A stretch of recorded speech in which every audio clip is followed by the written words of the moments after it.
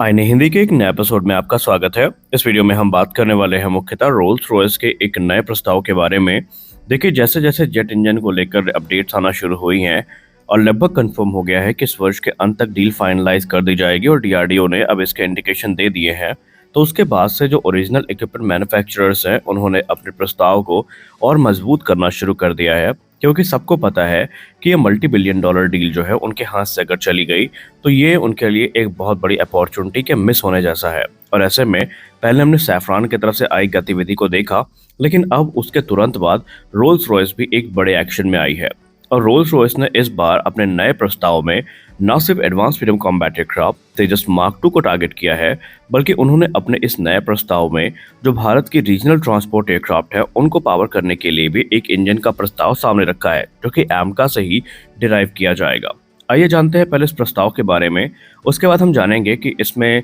क्या क्या बेनिफिट्स हैं, क्या चैलेंजेस हैं और क्यों भारत को ये इंजन सेलेक्ट करना चाहिए। इस पर भी हम बात करेंगे। देखिए, रिपोर्ट्स इंगित कर रही हैं कि रोल्स रॉयस, जो कि एक ब्रिटिश एरोस्पेस और डिफेंस कंपनी है, उसने 120 किलोटन थ्रस्ट वाला एक इंजन ऑफर किया है, जो कि मुख्यतः तो भारत के advance freedom combat aircraft programme से संलग्न है। लेकिन अब उन्होंने इसमें एक कदम आगे जाकर ये भी कह दिया है कि ये इंजन न सिर्फ एमका को पावर करने में सक्षम होगा, बल्कि इसका एक डेरिवेटिव जो है ये भारत के जो रीजनल ट्रांसपोर्ट एयरक्राफ्ट प्रोग्राम है उनको पावर करने के लिए भी सफिशिएंट होगा। उन्होंने ये भी रिवील किया कि रोल्स रॉयस जो नया इंजन 120 किलोटन का ऑफर कर रहा है, ये कोर को रीडिज़ाइन करके किया जाएगा, जहां पर एक नया टर्बोजेट कोर हमें देखने को मिलेगा, एक बड़ा फ्रंट फैन देखने को मिलेगा, जो कि जो रीजनल ट्रांसपोर्ट एयरक्राफ्ट हैं उनके लिए सही होगा और ये इतना थ्रस्ट प्रदान कर पाएगा कि उनको पावर कर सके। और इसीलिए माना जा रहा है कि अब इंडियन एयरफोर्स के साथ साथ जो नेशनल एरोस्पेस लेबोरेटरीज हैं यानी NAL है,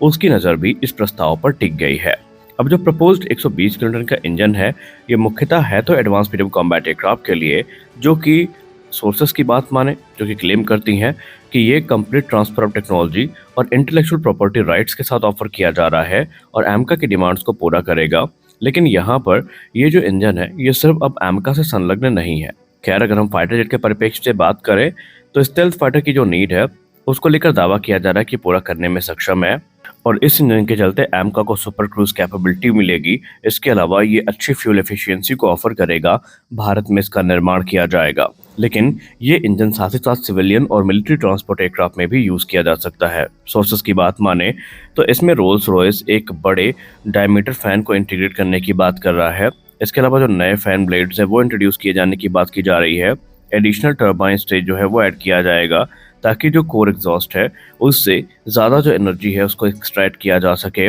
और जो रीडिज़ाइन टर्बोफैन इंजन है, इसको लेकर दावा किया जाता है कि ये 140 से 280 किलोटन का थ्रस्ट जनरेट करने में सक्षम होगा, जो कि ना सिर्फ यहाँ पर बड़े फैन की मदद से पॉसिबल हो पाएगा, इंक्रीज्ड एयर फ्लो की वजह से पॉसिबल हो पाएगा, बल्कि जो इंजन की पावर है वो फिर जो रीजनल एयरलाइनर्स है और जो मिलिट्री के ट्रांसपोर्ट एयरक्राफ्ट्स हैं उनको पावर करने के लिए भी सफिशिएंट होगी। और ये एक इंडिजिनस एरोस्पेस सोल्यूशन हो सकता है भारत के लिए, क्योंकि भारत में भी इस समय ऐसे आसार दिख रहे हैं कि भारत अब मिलिट्री जेट्स यानी फाइटर जेट्स और हेलीकॉप्टर्स से हट के जो ट्रांसपोर्ट एयरक्राफ्ट है, एयरलाइनर्स है, इनको बनाने पर भी काम कर रहा है और इसका प्रमाण हमने NAL की तरफ से देखा भी है। और HAL खुद इस समय जो ट्रांसपोर्ट एयरक्राफ्ट कैटेगरी है उसमें एंटर करने के बारे में विचार कर रही है और अगर ऐसा हुआ और ये इंजन आ जाता है तो फिर HAL के जो चांसेस हैं वो काफ़ी मजबूत हो जाएंगे। खैर, अब यहाँ पर हम बात कर लेते हैं एमका इंजन के बारे में, क्योंकि सब कुछ एक ही इंजन से संलग्न है और ये सारी चीज़ें पॉसिबली तभी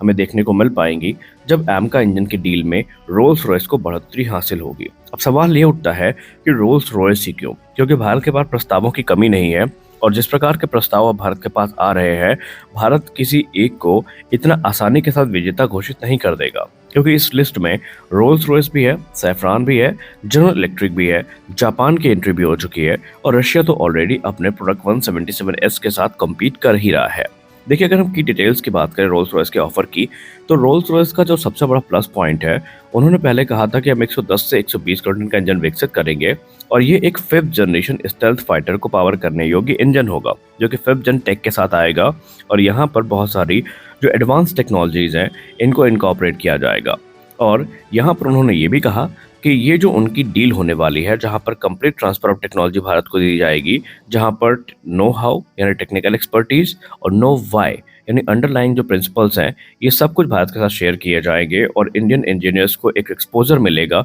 कि कैसे ये एडवांस टेक्नोलॉजी काम करती है, कैसे इनका निर्माण किया जाता है। इसके पीछे रोल्स रॉयस ने कहा कि हमारा उद्देश्य यही है कि हम भारत के साथ एक हेल्दी रिलेशनशिप विकसित करना चाहते हैं और भारत के Tejas mark two twin engine deck based fighter और एमका जैसे जो प्रोग्राम है, इनके लिए हम साथ में मिलकर एक पावर प्लांट विकसित करना चाहते हैं। अब रही बात इंटेलेक्चुअल प्रॉपर्टी राइट्स की, तो रोल्स रॉयस यहाँ पर बिना हेजिटेशन के साथ आईपीआर ट्रांसफर कर रहा है, जहाँ पर इंजन की डिजाइन, प्रोडक्शन और फ्यूचर अपग्रेड का जो कंट्रोल है ये भारत के पास होगा और भारत को किसी से भी जो परमिशन है वो लेने की जरूरत नहीं होगी। अब यहाँ पर भारत इसको चाहे तो फिर एक्सपोर्ट भी कर सकता है, यानी सब कुछ भारत के हाथ में होगा।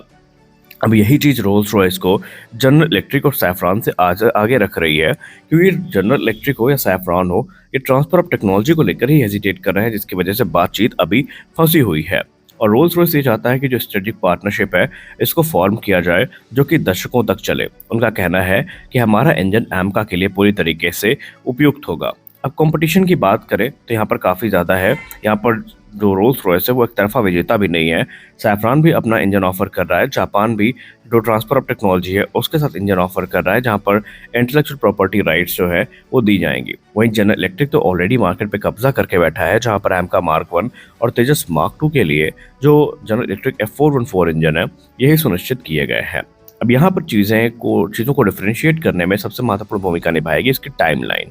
Defence research and development organisation और रोल्स रॉयस के बीच अगर ये डील फाइनलाइज होती है, तो रोल्स रॉयस ने क्लेम किया कि अगर जुलाई 2025 तक डील फाइनलाइज कर ली जाती है तो जो इंजन का कोर है उसे हम 2029 तक रोल आउट कर सकते हैं और उसके बाद जो ग्राउंड टेस्टिंग है टेक्नोलॉजी डेमोन्स्ट्रेटर की वो शुरू कर दी जाएगी और उसके बाद तकरीबन 1 साल में जो आफ्टर बर्नर है उसके साथ इंक्लूड करके जो टेस्टिंग है वो शुरू की जाएगी और 2035 तक इंजन को ऑपरेशनल बना दिया जाएगा। यानी रोल्स रॉयस ने टाइमलाइन को लेकर के भी अपनी जो चीज़ें हैं वो सामने रखी हैं और यही चीज़ रोल्स रॉयस को थोड़ा आगे रख रही है। लेकिन यहाँ पर अब भारत के स्ट्रेटेजिक इंपॉर्टेंस की बात करें तो हमें देखना होगा, ये इंजन अगर बन जाता है या कोई भी इंजन अगर बन जाता है तो सबसे पहली चीज़ जो भारत को मिलेगी वो होगा सेल्फ रिलायंस। भारत की जो भी ओवर डिपेंडेंसी है अमेरिकी इंजन्स पे, जिसको लेकर हम लोग ऑलरेडी भुगत रहे हैं, तेजस मार्क 1 ए डिले हो चुका है, तेजस मार्क 2 पे डिले के बादल मंडरा रहे हैं, ये चीज़ें खत्म हो जाएंगी। दूसरी बात, डाइवर्सिफिकेशन हमें देखने को मिलेगा, यानी भारत किसी एक ही सप्लायर पर डिपेंडेंट नहीं रहेगा, बल्कि भारत अपना जो सप्लाई चेन डिसरप्शन का इशू है उसको हटा करके जो नया कोलैबोरेशन है फॉर्म कर सकता है और अपनी जो पूरी की पूरी पार्टनरशिप है उसको डाइवर्सिफाई कर सकता है। रीजनल सिक्योरिटी तो हमको मिलेगी ही मिलेगी, इसमें कोई संदेह नहीं है। और इस समय रोल्स रॉयस के इस प्रस्ताव का समर्थन भी कई एक्सपर्ट्स के तरफ से किया जा रहा है। लेकिन रोल्स रॉयस के लिए चीज़ें इतना आसान नहीं है, क्योंकि रोल्स रॉयस कम्पीट करेगा सैफरॉन के साथ, जो कि ऑलरेडी भारत में स्टैब्लिश्ड है और भारत के साथ उन्होंने कई जो डील्स हैं वो साइन भी कर रखी है। तो देखना है कि सरकार का निर्णय ही अंतिम निर्णय है और वो निर्णय किस तरफ जाता है। तो इस वीडियो में बस इतना ही, मिलता है अगले वीडियो में, तब तक के लिए जय हिंद।